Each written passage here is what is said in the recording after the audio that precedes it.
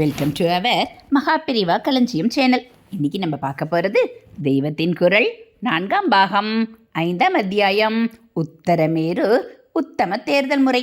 அதில் பிராமணரை மட்டும் குறிப்பதாகாது. அபேஷகர் நல்ல வைதீக கல்வி பெற்றவராயிருக்க வேண்டும். சாசன வாசகப்படி வேதத்திலும் சாஸ்திரத்திலும் நிபுணர் என பற்றியிருப்பாராக இருக்க வேண்டும் என்பதை பார்த்தால் பிராமணருக்கு மாத்திரம்தான் அபேக்ஷா உரிமையா என்று தோன்றலாம். அப்படியானால் ஊர் சபை நிர்வாகமே பிராமணர்களிடம்தான் போகும் என்றல்லவா ஆகிறது. எல்லா வர்க்கங்களுக்கும் பிரதிநிதித்துவம் தரும் ஜனநாயகத்துக்கு இது எதிரானதல்லவா என்று கேட்கலாம். கிராம மகாசபை எல்லா ஜாதியாருக்கும் இடம் கொடுத்தது என்பதை பற்றி கொஞ்சம் கூட சந்தேகப்பட வேண்டாம்.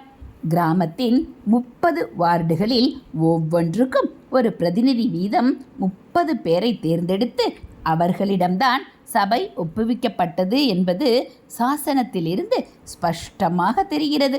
அந்த காலத்தில் எல்லா ஜாதியாரும் கலந்து வசித்ததென்பது கிடையாது. கிராமத்தின் ஒவ்வொரு பகுதியில் மட்டும் ஒரு தெரு அல்லது சில தெருக்களில்தான் ஒவ்வொரு ஜாதியாரும் தனித்தனியாக இருந்து கொண்டிருப்பார்கள். அக்ரஹாரத்தில் மட்டும்தான் பிராமணர்கள் இருப்பார்கள். சேனியர் தெரு, கருமார் தெரு, சாணார் தெரு என்று இப்படியே ஒவ்வொரு ஜாதியார் மாத்திரம் ஒவ்வொரு பகுதியில் வாழ்ந்ததை காட்டும் பெயர்கள் இன்றைக்கும் அநேக ஊர்களில் இருப்பதை பார்க்கிறோம். 30 குடும்பில் குடும்புதான் வார்டு. 30 அக்ரஹாரம் இருந்தே இருக்காது. ஒரு கிராமத்தில் ஒரு அக்ரஹாரம்தான் இருந்திருக்கும்.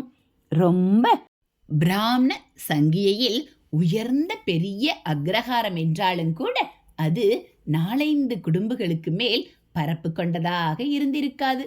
ஆகையால் ஒரு குடும்புக்கு ஒரு பிரதிநிதி என்ற முறைப்படி 4-5 பிராமணர்களுக்கு மேல் சபையில் மெம்பர்ஷிப் பெற்றிருப்பதற்கில்லை. மற்ற பெருவாரியான மெம்பர்கள் மற்ற ஜாதியினரை கொண்ட ஏனைய குடும்பங்களிலிருந்தே தேர்ந்தெடுக்கப்பட்டிருப்பார்கள். அவர்கள் அந்த வெவ்வேறு ஜாதியினராகத்தான் இருந்திருக்க முடியும். சொத்து குறித்த சரத்தில் ஒரு வேதம் வல்லானாய் 4 பாஷ்யத்திலும் ஒரு பாஷ்யம் வக்காணித்தறிவானாகியுள்ள பிராமணனை மட்டும் தனியாக பிரித்து ரிலாக்ஸேஷன் கொடுத்திருப்பதாலேயே மற்ற ஜாதியினருக்கும் எலெக்டாக உரிமை உண்டு என்று நிச்சயப்பட்டு விடுகிறதே. வேத சாஸ்திர நிபுணர் என்பது பிராமணனை குறிப்பதானால் ஒரு வேதமும் ஒரு பாஷ்யமும் படிக்காத எந்த பிராமணனையுமே நிபுணர் என்று சொல்ல முடியாதாகையால் இப்படிப்பட்டவனை பிரித்து சொல்ல இடம் உண்டாகாது. ஆகையால் இங்கே வேத சாஸ்திரத்தில் நைபுண்யம் நிபுணத்தன்மை என்று சொல்வது வேதத்தை நேரே படித்தறிந்து அத்தியனம் செய்வதை குறிப்பதல்ல.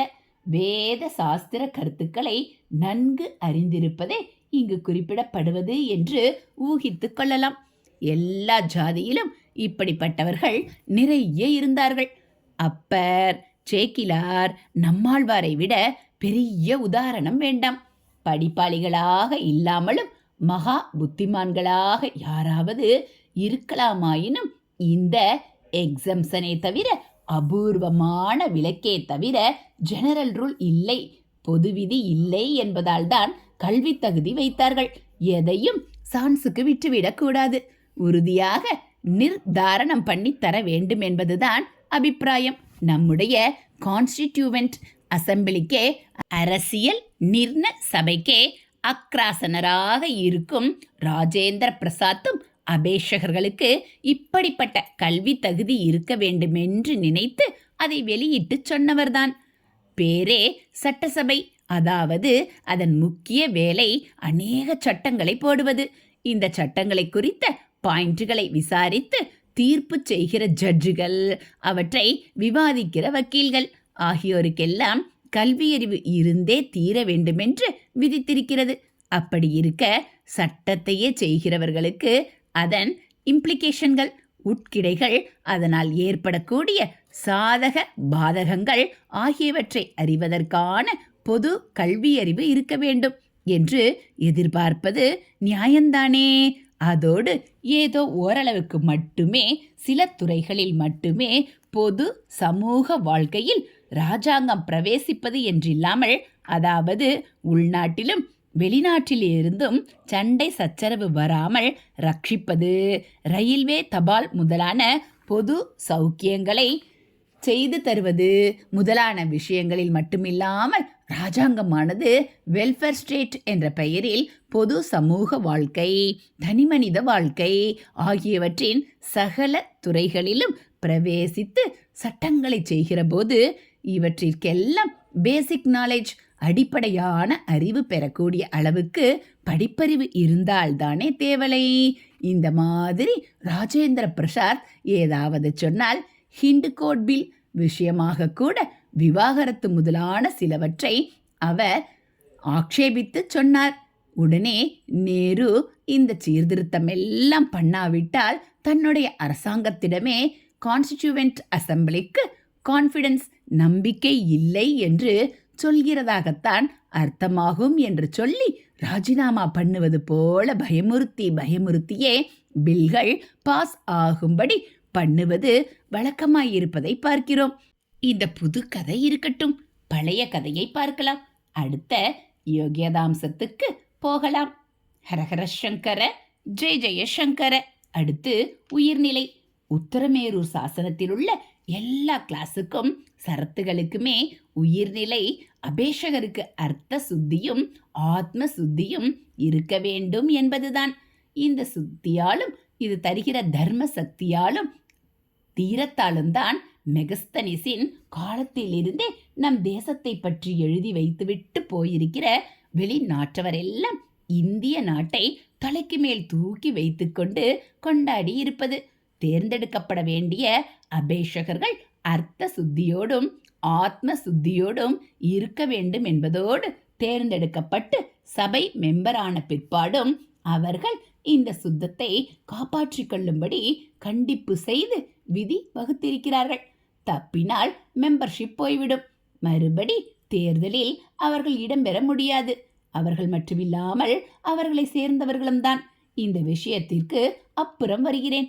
தற்போது பகிரங்கமாக குற்றவாளி என்று நிரூபணமானவரை தவிர எவரும் அபேஷகராக நின்று ஒரு பொது சபை, நகரசபையோ சட்டசபையோ பார்லிமெண்டோ எதுவோ ஒன்றில் அங்கத்தினராகிவிட முடியும்.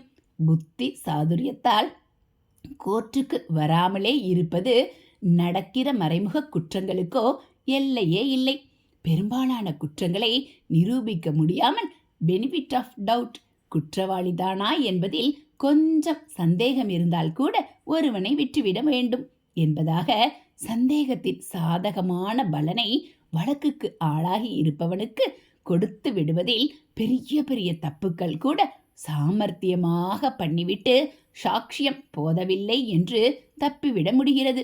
பொலிட்டிக்கலாக அண்டர் கிரவுண்டாக போய் அராஜகமாக ரயிலை கவிழ்ப்பது, தண்டவாளத்தை பிடுங்குவது முதலானவற்றை செய்தாலும் அவை குற்றமாக வருவதே இல்லை.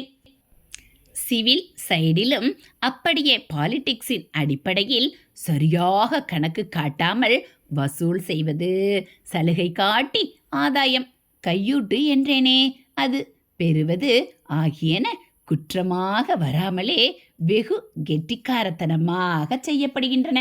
ஹரஹர சங்கர, ஜெய ஜெய சங்கர. ஹரஹர சங்கர, ஜெய ஜெய சங்கர. மகா பெரியவா சரணம். இது போல் தெய்வத்தின் குரல் பகுதியில் நீங்கள் தினந்தோறும் கேட்கணும் அப்படின்னா மறக்காமல் நம்ம சேனலை சப்ஸ்கிரைப் பண்ணுங்கள். கூடவே பெல் ஐக்கானை கிளிக் பண்ணி ஆளுங்கிற பட்டனையும் அழுத்திடுங்க.